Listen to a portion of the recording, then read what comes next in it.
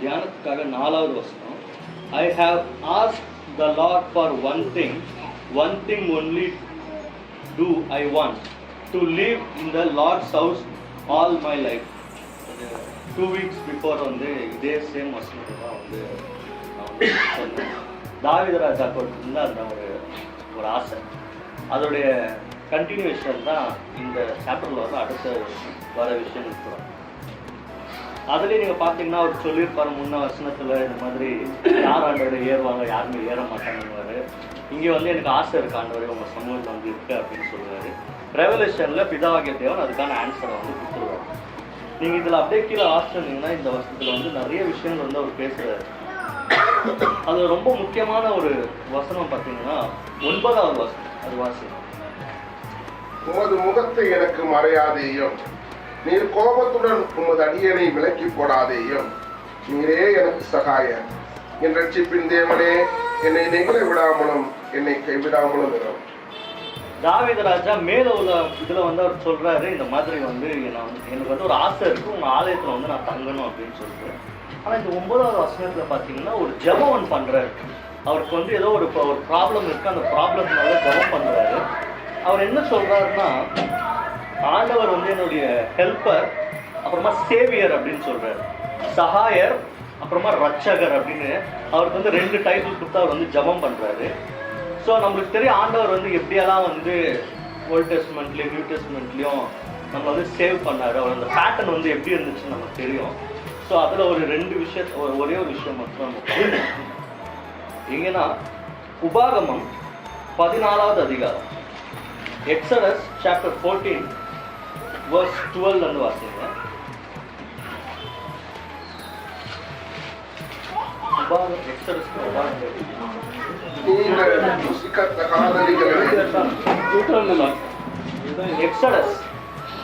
Exodus chapter 14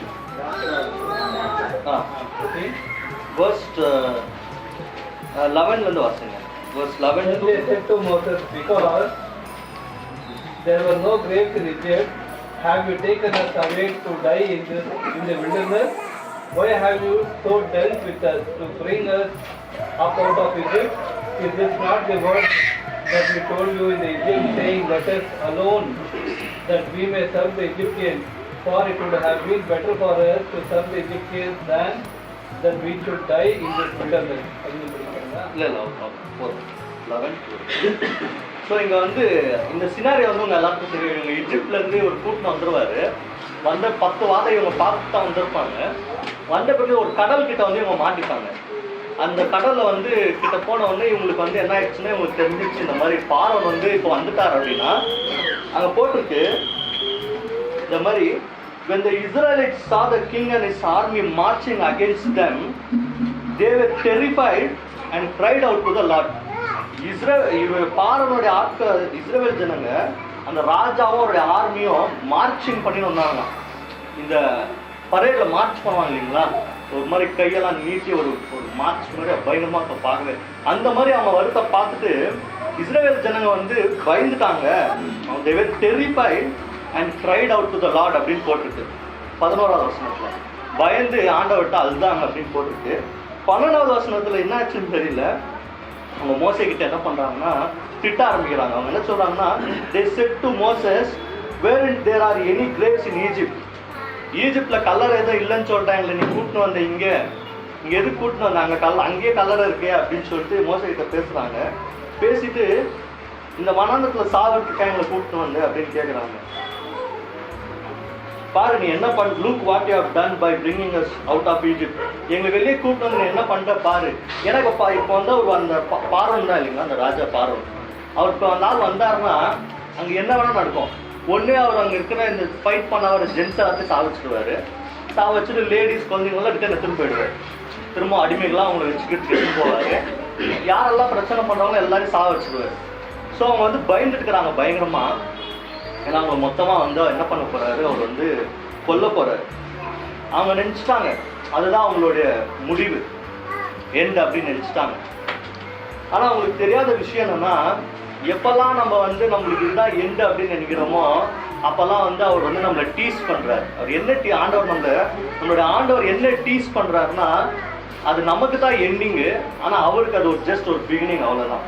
மோசே என்ன சொல்கிறார் பாருங்க. மோசே answer, do not be afraid, stand on your ground and you will see the Lord will do to save you today.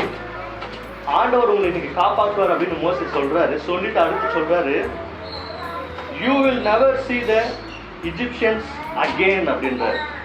இன்னைக்கு பார்க்குற எகிப்தியர்களை நீங்க திரும்பவும் பார்க்கவே மாட்டீங்க அப்படின்னு சொல்றாரு. அன்னைக்கு தான் கடைசி நாள். ஆக்சுவலா இவங்க என்ன நினைச்சாங்கன்னா இவங்களுக்கு அது கடைசி நாள் அப்படின்னு இவங்க நினைச்சாங்க. ஆனா இங்க மோசே சொல்றாரு அது அவங்களுக்கு தான் கடைசி நாள், அவங்களுக்கு திரும்பி இன்னொருட்டி நீங்க என்ன பண்ணுவீங்க, பார்க்க மாட்டீங்க. அடுத்து சொல்றாரு, the Lord will fight for you and there is no need for you to do anything. இது இன்னொரு வெர்ஷன்ல வந்து என்னன்னு வரும்னா be still அப்படின்னு வரும். அது தமிழ்ல வாசிங்க. அந்த கர்த்தர் உங்களுக்காக யுத்தம் பண்ணுவார், நீங்கள் சும்மா இருப்பீர்கள் என்றார். இங்க வந்து ஆண்டவர் வந்து நம்மளுக்கு சொல்ற ஒரே ஒரு விஷயம் என்னன்னா, எப்பெல்லாம் நம்ம பயங்கரமான ஒரு டேஞ்சர்ல இருக்கோமோ அவர்கிட்ட போயிட்டு நம்ம அழுவும் போது அவர்கிட்ட வர ஒரே ஒரு ஆன்சர் என்னன்னா, நீங்க வந்து என்ன பண்ணணும், நம்ம வந்து சும்மா இருக்கணும் அப்படின்னு சொல்லிட்டு அவர் சொல்றாரு. இது வந்து ஓல்டு டெஸ்ட்மெண்ட்ல அவர் ஜனங்களை வந்து ரட்சிக்க யூஸ் பண்ண ஒரு பேட்டர்ன். அதாவது எப்படி அவங்க வந்து சேவ் பண்றாருன்னா, டாமினேட் பண்றாரு. அங்க 10 வாதைகளை கொண்டு வர்றாரு. ஒரு வாதையும் பயங்கரமா இருக்கு. அந்த ராஜாவா இது பண்றாரு, ராஜாவோட பையனை கொல்றாரு, அங்க ஃபர்ஸ்ட் கொல்லிங்கெல்லாம் கொல்றாரு. பயங்கரமா ஒரு மாதிரி ஒரு டாமினேட் பண்றாரு அவங்க. திரும்பி இவங்க வராங்க, இந்த கடல் ஓப்பன் ஆகுது. நீங்க இதுலயே திரும்ப வாசிச்சீங்கன்னா அடுத்து அது எங்க போட்டிருக்கு, 22வது வசனத்துல போட்டிருக்கு, இஸ்ரவேல் ஜனங்க வந்து அந்த கடல் ஓப்பன் ஆன உடனே அதுக்குள்ள அவங்க நுழைஞ்சிட்டாங்க. மோசே என்ன பண்ணுவாருன்னா அந்த குச்சை நீட்டுவாரு. நீட்டின உடனே கடல் ஓப்பன் ஆகும். ஓப்பன் ஆன உடனே இவங்க உள்ள நுழைவாங்க. நீங்க இந்த மூவிஸ்லாம் பாத்தீங்கன்னா அந்த கடல் வந்து சும்மா ஒரு டோர் மாதிரி ஓப்பன் ஆகிற மாதிரியும் அந்த ஜனங்க உள்ள போற மாதிரியும் அப்படிதான் காட்டுவாங்க. ஆனா ஆக்சுவல் ரியாலிட்டி என்னன்னா, கடல் ஓப்பன் ஆகணும் அப்படின்னா அதை வந்து நீங்க அனிமேஷன்ல போய் பாத்தீங்கன்னா சுனாமி வரும்போது எப்படி 200 அடிக்கு தண்ணி இப்படி மேலே ஏறுமோ அந்த மாதிரி கடல் பிரியும். அது ஓப்பன் ஆகணும் அப்படின்னா, ஏன்னா அது உள்ளுக்கு போக போக ஆழமா இருக்கும். அது வந்து இப்படி ஓப்பன் ஆகும், பெருசா ஒரு வி ஷேப்ல ஓப்பன் ஆகும். அந்த மாதிரி அது ஓப்பன் ஆகும்போது இவங்க என்ன பண்றாங்கன்னா உள்ள போறாங்க, கடல் மூடுது, இவங்க எல்லாம் இறந்துடுறாங்க. ஆண்டவர் இஸ்ரேல் ஜனங்களை காப்பாற்றிடுறாரு. ஸோ இதுதான் ஒரு பேட்டர்ன் வந்து அவர் வந்து அந்த டைம்ல யூஸ் பண்ணார், டாமினேட் பண்ணார். இந்த டாமினேட்டுக்கு தமிழ்ல என்ன சொல்லுவாங்க, மேலோங்கி. ஒரு மாதிரி ஜனங்களை அந்த அந்த டைம்ல வந்து அவர் வந்து அவருடைய பேட்டர்னே எப்படி இருந்துச்சுன்னா டாமினேட் பண்ணுவார். யாரையும் வந்து என்ன பண்ண மாட்டாரு, ஒரு மாதிரி ஒரு ரஃபா தான் இருப்பார். நீங்க போன வாட்டி அந்த 20வது அதிகாரத்துல அந்த ராஜாவோட கனவுல போயிட்டு பேசுனது, ஆதியாகமம் 20வது அதிகாரத்துல அங்க கூட போனீங்கன்னா போய் திட்டுவாரு, போய் எத்தோட நீ செத்துருவ அப்படின்னுவாரு. எல்லா இடத்துலயும் நீங்க போகும்போது பழைய ஏற்பாட்டுல டாமினேட் பண்ணுவார். அப்படிதான் அவர் வந்து ரட்சிச்சார் அந்த டைம்ல ஜனங்களை. நம்ம நோவா காலத்துலயும் சரி, ஆப்ரகாம் டைம்லயும் சரி, தாவீது டைம்ல கோலியாத் கிட்டயும் சரி, ஒரு மாதிரி டாமினேட் பண்ணாரு. இந்த மாதிரி ஒரு டாமினேட்டிங் ஃபோர்ஸா இருந்த அவரு இந்த மாதிரி தான் அவர் ஜனங்களை காப்பாற்றுற பேட்டர்ன் இப்படிதான் இருந்துச்சு. ஆனா புதிய ஏற்பாட்டு வரும்போது அவர் அந்த பேட்டர்ன் என்ன பண்ணிட்டாரு, அவர் சேஞ்ச் பண்ணிட்டாரு. புதிய ஏற்பாட்டுல அவர் எப்படி சேவ் பண்றாருன்னா, வாசிங்க மத்தேயு 27வது அதிகாரம் 26வது வசனம். 27வது அதிகாரம் 26வது வசனம். அப்பொழுது அவன் பரபாசை அவர்களுக்கு விடுதலையாக்கி இயேசுவையோ வாரினால் அடிப்பித்து சிலுவையில் அறையும்படிக்கு ஒப்பு கொடுத்தான். ஸோ இங்க பாத்தீங்கன்னா பழைய ஏற்பாடு நம்ம பார்த்தோம். அவர் வந்து என்ன பண்றாருன்னா டாமினேட் பண்றார் ஜனங்களுக்கு வந்து ஒரு பயம் காட்டுறாரு. அவர் லாஸ்ட்ல நீங்க அந்த கடவுள் மூடின பிறகு அந்த பார்வன் வந்து ஒரு டைலாக் ஒன்று சொல்லுவார், என்னன்னா இவங்க கடவுள் தான் வந்து கிரேட் அப்படின்ற மாதிரி ஏதோ ஒன்று சொல்லுவார் அந்த இடத்துல. ஸோ எனக்கு ஓல்டு டெஸ்ட்மெண்ட்ல டாமினேட் பண்ணாரு. நியூ டெஸ்ட்மெண்ட்ல நீங்க பாத்தீங்கன்னா அதே அப்படியே ரிவர்ஸ் பண்றாரு. மற்றவங்க தன்னை வந்து அடிக்க அவர் என்ன செஞ்சுட்டாரு, அங்க வந்து இது பண்ணிட்டாரு. நீங்க அதே வசனத்துல நீங்க பாத்தீங்கன்னா they stripped off his clothes அப்படின்னு போட்டிருக்கு. அவங்க வந்து ஒரு ட்ரெஸ்ஸை வந்து கழட்டிட்டாங்க. ட்ரெஸ்ஸை கழட்டிட்டு அவங்க என்ன பண்றாங்கன்னா புட்டே ஸ்கேட்டல் ரோப் அவனிங், அது தமிழ்ல என்ன போட்டுட்டாங்க, வாரினால் அடி. இல்ல அந்த இது போட்ட பிறகு ட்ரெஸ்ஸை கழட்டின பிறகு 28வது வருஷத்துல சிகப்பு அங்கி அவர் மேல வந்து என்ன பண்றாங்கன்னா ஒரு ஸ்கேட்டல் ரோப் on him அப்படின்னு போட்டுருக்கு.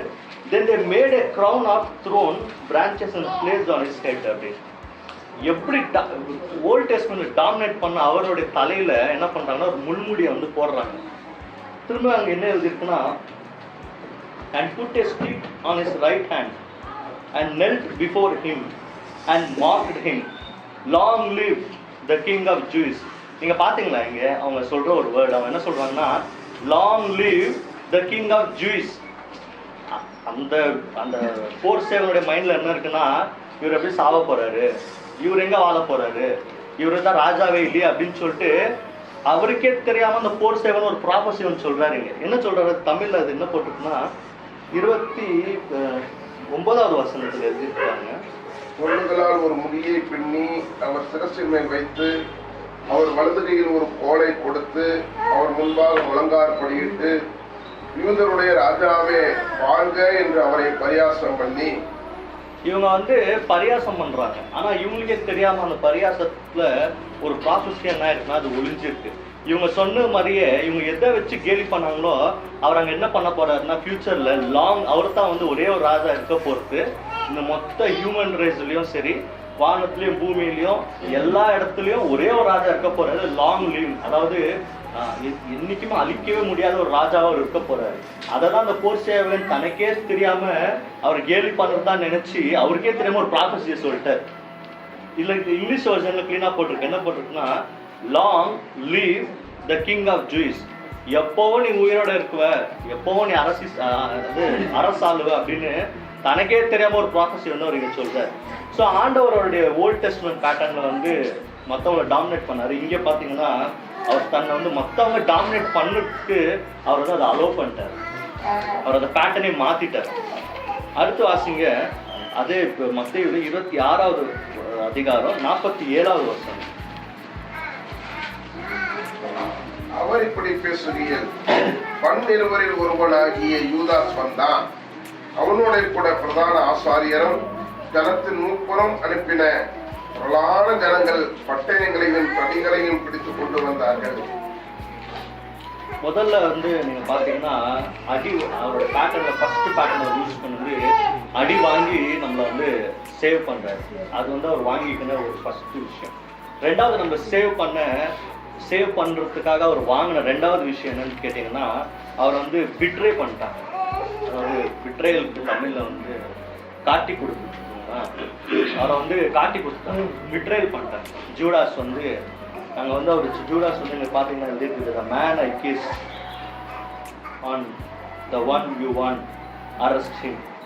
Judas went straight to Jesus and said, peace be with you teacher, and kissed him. யூதாஸ் போயிட்டு ஆண்டவர்கிட்ட போயிட்டு டைரக்டா முத்தம் கொடுக்கல. அவர் என்ன பண்றாருன்னா போயிட்டு piece be with you teacher அப்படின்றாரு. உங்களுக்கு எப்போ சமாதானம் இருக்கட்டும் போதகரே அப்படின்னு சொல்றாரு. சொல்லிட்டு அவருக்கு வந்து என்ன பண்றாருன்னா அவருக்கு ஒரு முத்தம் கொடுத்து அவரை காட்டி கொடுக்குறாரு. நீங்க ஓல்ட் டெஸ்ட்மென்ட்ல பாத்தீங்கன்னா அந்த 10 வாதைகள் வந்தப்போ இஸ்ரவேல் ஜனங்க வந்து அழுந்துட்டாங்க. அவங்க அப்ப கூட வந்து கொஞ்சம் கிருப்பியா இருந்தாங்க. சாரி, இஸ்ரவேல் ஜனங்கள எகிப்து ஜனங்க அவங்க அழுந்துட்டாங்க. ஆனாலும் அவங்க அந்த பார்வன் வந்து ரொம்ப ஸ்ட்ரிக்டா கிரிப்பா இருந்தாரு. ஆனா எப்போ அவருடைய ஃபர்ஸ்ட் பையனை வந்து ஆண்டவர் கொண்டாரோ, அந்த ஃபர்ஸ்ட் பசங்க எல்லாம் அங்க கொண்டுட்டாரோ, அப்பவே அவர் வந்து மொத்தமா என்ன பண்ணிட்டாருன்னா விட்டுட்டாரு. அந்த மாதிரி இருந்த அவரு நம்மளுடைய ஆண்டவர் இயேசு கிறிஸ்து இங்க பாத்தீங்கன்னா ஒரு முத்தம் கொடுத்து காட்டி கொடுக்குற அந்த ஒரு விஷயம் நடக்கும் போது கூட அவர் என்ன சொல்றாருன்னா இங்க போட்டிருக்கு, Jesus answer be quick about it friend அப்படின்றார். நண்பனே அப்படின்னு சொல்றாரு. பழைய ஏற்பாட்டில் ஃபுல் டாமினேட் பண்ணாரு. இங்கே வந்து நம்மளை காப்பாற்றுறதுக்காக எல்லாத்தையும் இது பண்ணிக்கணும் நண்பனே அப்படின்னு சொல்லிட்டு ஒரு துரோகியை பார்த்து நண்பனே அப்படின்னு அவர் அங்கே சொல்றாரு. நம்மளை கத்துத்தர நம்ம வந்து எப்படி வந்து நெக்ஸ்ட் சர்வே ஆகணும். அடுத்து வாசிங்க, அதே 26வது அதிகாரம் 69வது வசனம். 69 பேதுரு வெளியே வந்து அரண்மனை முற்றத்தில் உட்கார்ந்திருந்தான். அப்பொழுது வேலைக்காரி ஒருத்தி அவனிடத்தில் வந்து, நீயும் கலிலேயனாகிய இயேசுவோட கூட இருந்தாய் என்றார். அதற்கு அவன், நீ சொல்லுகிறது எனக்கு தெரியாது என்று எல்லாருக்கும் முன்பாக மறுதலித்தான். 75 அப்பொழுது பேதுரு, சேவல் கூவுகிறதற்கு முன்னே நீ என்னை 3 தரம் மறுதலிப்பாய் என்று இயேசு தன்னிடத்தில் சொன்ன வசனத்தை நினைத்து கொண்டு வெளியே போய் மனம் கசந்து அழுதான். இங்க பாத்தீங்கன்னா ஆண்டவர் நம்மளை காப்பாத்துறதுக்காக அவருக்கு கிடைச்ச 3வது விஷயம் என்னன்னா, அவரை வந்து டினை பண்ணிட்டாங்க, மறுதலிச்சுட்டாங்க. நீங்க பாத்தீங்கன்னா ஆண்டவர் எப்பயுமே ரொம்ப ஸ்ட்ராங்கா தான் இருக்குவாரு. அவர் சீக்கிரமா வந்து எமோஷன் ஆக மாட்டாரு. ஆனா ஒரு விஷயத்துல மட்டும் அவரை நீங்க ஈஸியா எமோஷன்ல இருக்கணும், ஈஸியா அவரை வந்து நீங்க ஹர்ட் பண்ணிடலாம். அது எந்த விஷயம்னா, நீங்க நம்ம வந்து அவரை மறுதலிக்கும் போது தான்.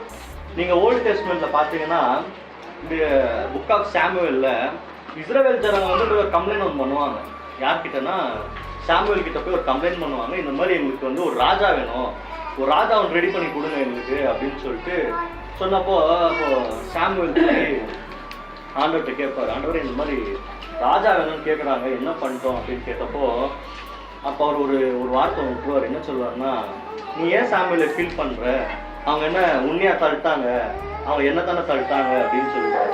இதை கேட்டு சாமுவேலுக்கு தாங்கவே முடியாது. அவர் நைட் ஃபுல்லாக உட்காந்து அழுதுன்னு இருப்பார், ஆண்டவர் இப்படி சொல்லிட்டாரே அப்படின்னு சொல்லிட்டு. ஸோ நம்ம அவரை டினை பண்ணும்போது, அவரை மறுதளிக்கும் போது அவருக்குள்ள ஏற்படுற ஃபீலிங் எப்படி இருக்குன்னா, அவரை தள்ளின மாதிரி ஃபீல் பண்ணுறாரு. நம்ம யாரையாவது தள்ளிட்டோம்னா அவங்க கீழே விழுந்துருவாங்கல்ல, ஆனால் ஆண்டவரை யாரும் தொடவே முடியாது. ஆனால் அவர் பாருங்க, அந்த மாதிரி ஒரு ஸ்டேட்மெண்ட் அவர் கிட்டேருந்து வருது அப்படின்னா, அவர் எந்த அளவுக்கு உள்ளுக்குள்ள வந்து அவர் ஹர்ட் ஆயிருந்தாருன்னா அந்த மாதிரி ஒரு ஸ்டேட்மெண்ட் சொல்லுவார். அந்த லெவலுக்கான அவருக்குள்ள அந்த ஃபீலிங் வந்தப்போ கூட அதை வந்து அவர் கண்ட்ரோல் பண்ணிக்கினார். ஏன்னா அவருக்கு ஒரு மிஷன் இருந்துச்சு. அந்த மிஷன்ல அவர் மைண்ட்ல இருந்ததெல்லாம் ஒன்னே வந்துட்டாங்கன்னா, இந்த ஜனம் எல்லாரையும் காப்பாற்றும். அதனால அவரை எக்ஸ்ட்ரீமா ஹர்ட் பண்ற அந்த ஒரு விஷயத்த கூட அவர் என்ன செஞ்சுட்டாரு, நம்மளுக்காக தாங்கிக்கினார். அடுத்து வாசிங்க, அதே மத்தேயு 27:46. 9 மணி நேரத்தில் இயேசு ஏலி ஏலி லாமா சபக்தானி என்று மிகுந்த சத்தமிட்டு கூப்பிட்டார். அதற்கு, என் தேவனே என் தேவனே ஏன் என்னை கைவிட்டீர் என்று அர்த்தமா? ஸோ இங்க பாத்தீங்கன்னா நம்ம முன்ன ஆச்ச மாதிரி அவர் நம்ம காப்பாற்றுறதுக்காக அடி வாங்கினாரு, அப்புறமா வந்து காட்டி கொடுக்கப்பட்டாரு, மறுதளிக்கப்பட்டாரு. 4வதா இங்க எழுதியிருக்கு, அவர் வந்து செப்பரேட் ஃப்ரம் காட், பிதாக்கிட்ட இருந்து செப்பரேட் ஆயிட்டார் நம்மளை காப்பாற்றுறதுக்காக. ஏன் அப்படின்னா நம்மளுடைய பாவம்லாம் வந்து அவர் மேலே வந்து விழ அவர் பிதாவிற்கு கொஞ்சம் கொஞ்சமாக அவர் வந்து தூரம் போயிட்டார். ஆண்டவர் வந்து இங்கே சொல்கிறார், இந்த மாதிரி நீங்கள் பார்க்கும்போது, about the 3 o'clock Jesus cried out a loud shout, Eli Eli sabachthani, which means, my God why did you abandon me? இப்போ கொஸ்டின் என்னன்னா, ஆண்டவரை இயேசு கிறிஸ்து பொய் சொல்லுவாரா? அவர் பொய் சொல்ல மாட்டார். அவர் பொய் சொன்னதே கிடையாது. நீங்க எழுதி இருக்கு, என் தேவனே ஏன் என்னை கைவிட்டீர் அப்படின்னு நீங்க சொல்றாரு. அப்படின்னா என்னன்னா, ரியலாவே பிதாவாகிய தேவன் அவரை கைவிட்டார், கம்ப்ளீட்டா விட்டுட்டார். அதுதான் அவர் வந்து இங்க வந்து சொல்றாரு. ஆண்டவர் என்னைக்குமே வந்து எதையும் வந்து ஃப்ரேம் பண்ணி சொல்ல மாட்டார், இப்படித்தான் இருக்குன்னு சொல்லுவார். ரியலாவே பிதாவாகிய தேவன் அன்னைக்கு டேட்ல அவர் வந்து விட்டுட்டார். கம்ப்ளீட்டா அந்த கனெக்ஷன் வந்து 100 out of 100 கட் ஆயிடுச்சு. அதை தாங்க முடியாம தான் அவர் வந்து அங்க சொல்றாரு, இந்த மாதிரி ஏலி ஏலி சபக்தானி, my god why did you abandon me? அபேண்டன்னா இங்கிலீஷ்ல வந்து அதோட மீனிங் வந்து மாறுது. கம்ப்ளீட்டா வந்து நீங்க என்னை விட்டு போயிட்டீங்க அப்படின்ற மாதிரி அதோட மீனிங் வரும். விட்டு போயிட்டாங்க அப்படின்ற மாதிரி வரும். ஸோ பழைய ஏற்பாட்டில் ஆண்டவருடைய அந்த டாமினேட்டிங் ஃபோர்ஸ் இருந்துச்சு. இங்கே வந்து பார்த்தீங்கன்னா அது ஃபுல்லு, இங்கே நியூ டெஸ்ட்மெண்ட்ல ஃபுல்லு மிக்ஸ், நிறைய விஷயங்கள் அவருக்கு நடந்துனே இருக்குது. அதையும் அவர் எல்லாம் தாங்கிக்கிறார். அடுத்து 2 கொரிந்தியர் 5வது அதிகாரம் 21வது வசனம். இதுல எழுதி இருக்கு, அவர் வந்து எல்லாருடைய உலகத்துடைய பாவத்தை எல்லாம் அவர் மேல வந்து அவர் போட்டுக்கினாரு அப்படின்னு சொல்லி நீங்க அங்க எழுதி வாசிங்க. 2 கொரிந்தியர் 5வது அதிகாரம் 21வது வசனம். நாம் அவருக்குள் தேவனுடைய நீதியாகும்படிக்கு பாவம் அறியாத அவரை நமக்காக பாவமாக்கினார். ஸோ நாம ஆண்டவருக்கு பிதாக்கு முன்னாடி நீதியாகிறதுக்காக பாவம் இல்லாத அவரை என்ன பண்ணிட்டாருன்னா பாவமாக்கிட்டாரு அப்படின்னு சொல்லி இங்க வந்து எழுதியிருக்கு. அவர் மேல பாவமே இருந்தது இல்லை, ஆனா நம்மளை சேவ் பண்ணணுன்றதுக்கு இந்த பேட்டர்னை வந்து அவர் ஏன் வச்சாருன்னு வந்து கேட்டீங்கன்னா, நம்ம மேல இருக்கிற அந்த அன்பை காட்டுறதுக்காக அவர் வச்சிருக்காரு. இப்போ அவர் நினைச்சிருந்தாருன்னா பிசாசை சாகடிச்சுட்டு ஜனங்க மைண்ட்ல எல்லாம் வந்து அவங்க பாவமே செய்யாத மாதிரி ஒரு செட்டிங் ஒன்று பண்ணி வச்சுட்டு இருந்தா யாரும் பாவமும் செய்ய மாட்டாங்க, பிசாசும் இல்லை, அவர் பார்ட்னர் ஃப்ரீடமா இருந்திருப்பான். அவர் நினைச்சா அதை பண்ணலாம், அவர் யாரும் கேள்வி கேட்க முடியாது. ஆனா அவர் அந்த பேட்டர்னை யூஸ் பண்ணல. இல்ல பழைய ஏற்பாட்டில் வர மாதிரி இந்த நல்லவங்களை மட்டும் மிச்சம் வச்சுட்டு நோவா காலத்துல வச்ச மாதிரி நல்லவங்களை எல்லாம் செப்பரேட் பண்ணி வச்சுட்டு சோதம் குமரால செப்பரேட் பண்ண மாதிரி, அப்புறமா புக் ஆஃப் இசைக்கில் ஜெருசலேம்ல வந்து அவர் கிளீன் பண்ணுவார். கிளீனிங் ப்ராசஸ் தான் பண்ணுவாரு அவரு. நீங்க ஓல்ட் டெஸ்ட்மென்ட் ஃபுல்லா எடுத்து பாத்தீங்கன்னா எங்கேயுமே வந்து இந்த இது பண்றது எல்லாரையும் சேவ் பண்ற ப்ராசஸ் எல்லாம் பண்ண மாட்டார், கிளீன் பண்ணிடுவார். யாரெல்லாம் நீங்க மோசே டைம்ல இருந்து கூட எடுத்தீங்கன்னா யாரெல்லாம் வந்து ஆண்டவருக்குள்ள வராங்களோ அவங்க எல்லாம் மட்டும் வச்சுப்பாரு. மிச்சம் எல்லாரும் என்ன பண்ணுவாருன்னா டிஸ்ட்ராய் பண்ணிடுவார். ஆனா இங்கே நீங்க பாத்தீங்கன்னா அந்த எழுதிருக்கு அவர் பாவத்தை வந்து தன் மேல எடுத்துனார் அப்படின்னு சொல்லிடுது. பாவத்தை எடுத்துன்னு நம்மளுக்காக வந்து அவர் வந்து இப்படி ஒரு விஷயத்த செய்யறாரு. அடுத்து மார்க் புஸ்தகம் 15வது அதிகாரம் 24வது வசனம் வாசிங்க. Book of Mark chapter 15 verse 24. Then they crucified him and divided his clothes among themselves, throwing dice to see who would get which piece of clothing அப்படின்னு போட்டிருக்காங்க. ஸோ அவங்க என்ன பண்ணாங்களா, ஆண்டவர் சிலுவையில் அடிச்சுட்டாங்க, அடிச்சோட ட்ரெஸ் எல்லாம் பிச்சுட்டாங்க. அதை எடுத்துட்டு அவங்க வந்து தங்களுக்குள்ள வந்து டைஸ் அந்த சீட்டு போட்டு பார்க்குறாங்க. இந்த மாதிரி இந்த ட்ரெஸ் வந்து யாருக்கு வந்து வரும் அப்படின்னு சொல்லிட்டு அவங்க வந்து அங்கே பார்த்தீங்கன்னா சீட் போடுறாங்க. ஸோ நீங்கள் ஓல்ட் டெஸ்ட்மெண்ட்ல பார்த்தீங்கன்னா இந்த 10 வாதையில் ஒரு வாதை மட்டும் ஒன்று ஸ்பெஷல் வாதம் இருக்கும். என்னன்னா அந்த கோலை எடுத்துன்னு போய் அந்த தண்ணியில் வச்சோன்னே அந்த தண்ணி முழுசும் ரத்தமாக மாறிடும். அந்த 10 வாதையில் அந்த அவர் செஞ்ச மிராக்கல்ல ஒன் ஆஃப் த மிராக்கல் வந்து அந்த கோலை மோசை எடுத்துன்னு போய் அந்த பார்வனுடைய அந்த ஊருக்குள்ள இருக்கிற அந்த ஏரியா சமுத்திரமா அதில் வச்சப்ப அது செகப்பாயிடும். அப்படிதான் வந்து அவருடைய பவரை வந்து அவர் வந்து ரிவீல் பண்ணார். ஆனா இங்க வந்து பாத்தீங்கன்னா அவர் கோல் எடுத்துன்னு போய் எங்கேயுமே வைக்கல, தன்னுடைய பாடியில இருக்கிற பிளட்டை வச்சு தன்னுடைய அந்த காப்பாற்றுற அந்த ஒரு இதை வந்து நம்மளுக்காக வந்து ரிவீல் பண்ணியிருக்காரு. அந்த டிஃப்ரென்ஸ் வந்து உங்களுக்கு தெரியும். டாமினேட் பண்ணாரு, இங்க வந்து தானே வந்து டாமினேட் பண்ணிக்கினாரு. நீங்க அதே மாதிரி பாத்தீங்கன்னா நம்ம வாசிச்ச மாதிரி எக்ஸோடஸ்ல கடல் வந்து ஓப்பன் ஆயிருக்கும், அந்த சமுத்திரம் வந்து 2ஆ ஓப்பன் ஆயிருக்கும், ஜனங்க உள்ள நடந்து போயிருப்பாங்க.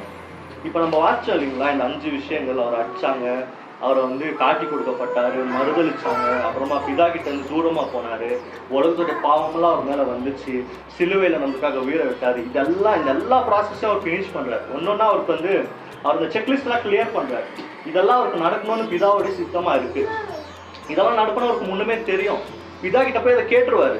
ஆக்சுவலா அந்த ஒரு டைம் கூட வந்து நீங்க பாத்தீங்கன்னா நம்மளுக்கு ஒரு மாதிரியா இருக்கும். ஏன்னா ஆண்டவர் போய் பிதா கிட்ட கேட்டுருவாரு, இந்த பாத்திரம் என்னை விட்டு நீங்க கூடுமானால் நீங்க தோணும். ஏன்னா அவர் அடிக்க போறாங்க, அவருக்கு துரோகம் நடக்க போகுது, அவர் வந்து ஒருத்தன் காட்டி கொடுக்க போறான், உலகத்துடைய பாவம்லாம் அவர் மேல வரப்போகுது, பிதா கிட்ட இருந்து தூர போறாரு, சிலுவையில் அறிய போறாங்க. இந்த மாதிரி எல்லா விஷயமும் அவர் மைண்ட்ல இருக்குது. எல்லா மைண்ட்ல இருந்தப்போ கூட அவர் பிதா கிட்ட போய் கேட்ட ஒரே ஒரு விஷயம் என்னன்னா, அவருக்கு செப்பரேட் ஆக முடியாதனால அவர் போய் கேட்டார், இந்த மாதிரி இந்த பாத்திரம் என்னை விட்டு நீங்க கூடுமானால் நீங்கட்டும் அப்படின்னு கேட்டுருவாரு. கேட்டுட்டு திரும்ப ஆண்டவர் என்ன சொல்லிடுவாருன்னா, ஆயினும் உங்க சுத்தமே ஆகப்படுவது அப்படின்னு சொல்லிட்டு உங்க சுத்தமே நடக்கட்டும்பா அப்படின்னு சொல்லிடுவாரு. அதே மாதிரி இந்த எக்ஸோடஸ்ல அந்த கடல் பிரிஞ்சப்போ ஜனங்க உள்ள பிரவேசிச்சாங்க. அதே மாதிரி நியூ டெஸ்ட்மெண்ட்ல இந்த 5 விஷயங்களும் எப்போ நடந்து முடிஞ்சிச்சோ அந்த நியூ டெஸ்ட்மெண்ட்ல இன்னொரு விஷயமும் நடக்குது. அதே புக் ஆஃப் மேத்யூ சாப்டர் 51 வாசிங்க. இதெல்லாம் ஒரு ரிசம்பலன்ஸ் ஓல்ட் டெஸ்ட்மெண்ட்டுக்கும் நியூ டெஸ்ட்மெண்ட்டுக்கும் இருக்கிற ஒரு கனெக்ஷன் இது. வாசிங்க Matthew chapter 27 verse 51. Matthew chapter 27 verse 51.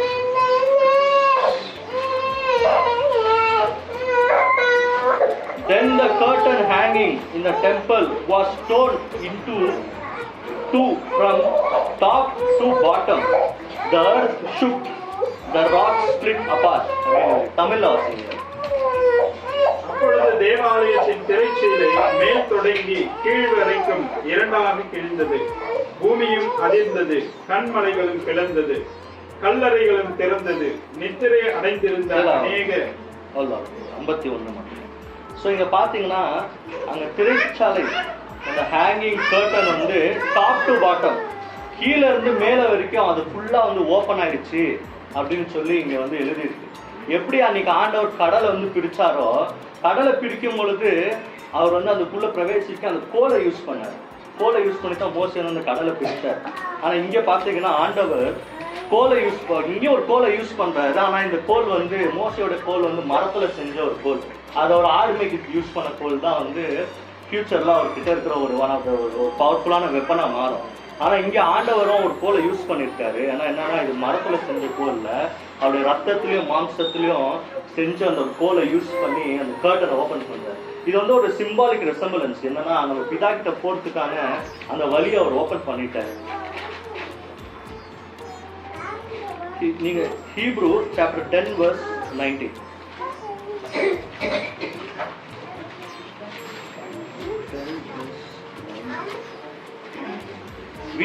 We have then, my brothers, complete freedom to go into the most holy place by means of the death of Jesus.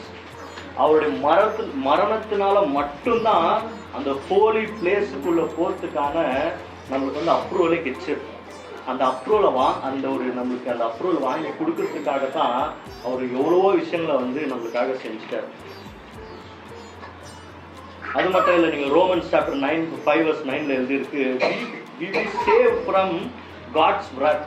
நம்ம உள்ள போறதுக்கான வழியை மட்டும் அவர் நம்மளுக்கு ரெடி பண்ணி கொடுக்கல, அவர் வந்து நம்மளுக்கு தேவ கோபத்திலிருந்தும் நம்மளை வந்து என்ன செஞ்சிருக்காராம், அவர் வந்து காப்பாற்றிருக்காரு.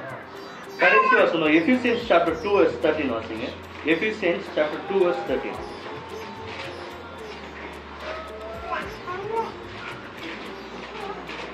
முன்னே தூரமாயிருந்த நீங்கள் இப்பொழுது கிறிஸ்து இயேசுவுக்குள் கிறிஸ்துவின் ரத்தத்தினாலே சமீபமானீர்கள். முன்னே வந்து நம்ம எங்க இருந்தோமா அங்க எழுதியிருக்கு, நம்ம வந்து தூரமா இருந்தோம் அப்படின்னு சொல்லி இங்க வந்து எழுதியிருக்கு. But now in union with Christ which were based, but now in union with Jesus Christ, who you used to be far away, have been brought near by the sacrificial death of Christ. முன்ன வந்து தூரமா இருந்தோம் அப்படின்னு போடுறது. எவ்வளவு விஷயங்கள் இருப்பாங்க, தூரமா இருக்கிறோம், பாவியா இருக்கிறோம், உள்ள போவ அப்போ நம்மளுக்கு வந்து தகுதி இல்லை, நிறைய மைனஸ் நம்ம கிட்ட பிளஸ்ஸே இல்லை, ஃபுல்லு மைனஸ் தான் இருக்குது. நம்மளுடைய மைனஸ் இப்போ பிதாவாகிட்டு இப்போ ஆண்டவர் செஞ்ச இந்த விஷயத்தினால நம்ம மேல ஒரு மைனஸும் கிடையாது. நம்ம கிட்ட இருக்கிறது எல்லாமே பிளஸ் தான். அப்போ திராட்சரசமும் நம்ம எடுத்துக்கும் போது நம்ம நினைச்சிக்க வேண்டியது அதுதான். பழைய ஏற்பாட்டுல எல்லாரையும் அலற வச்ச அவரு புதிய ஏற்பாட்டுல அவருடைய பேட்டர்னே மொத்தமா மாத்திக்கிறாரு. அநேக விஷயங்களை செஞ்சு நம்மளை வந்து அவர் சேவ் பண்ணாரு. அவர் செஞ்ச விஷயங்களால மட்டும்தான் நம்ம வந்து அந்த கர்டன் ஓப்பன் ஆச்சு. இன்னைக்கு பிதாவுடைய அந்த அந்த வசனத்தை நீங்க பார்த்தீங்கன்னா மோஸ்ட் ஹோலி பிளேஸ் அப்படின்னு போட்டிருக்கு. இதுக்கு மேல பரிசுத்தமான இடமே கிடையாது. அந்த இடத்துக்குள்ள நம்ம உள்ள போறோம். எப்படி அப்படின்னு கேட்டீங்கன்னா அவருடைய மரணத்தினால போறோம் அப்படின்னு சொல்லிடுது. அப்பமும் திராட்சரசமும் எடுத்துக்கும் போது நம்ம நினைச்சுக்க விளையாடுறாங்க. ஆண்டவர் ஆசிரியர். இவர் நம் தேவன், இவர் நம்மை ரட்சி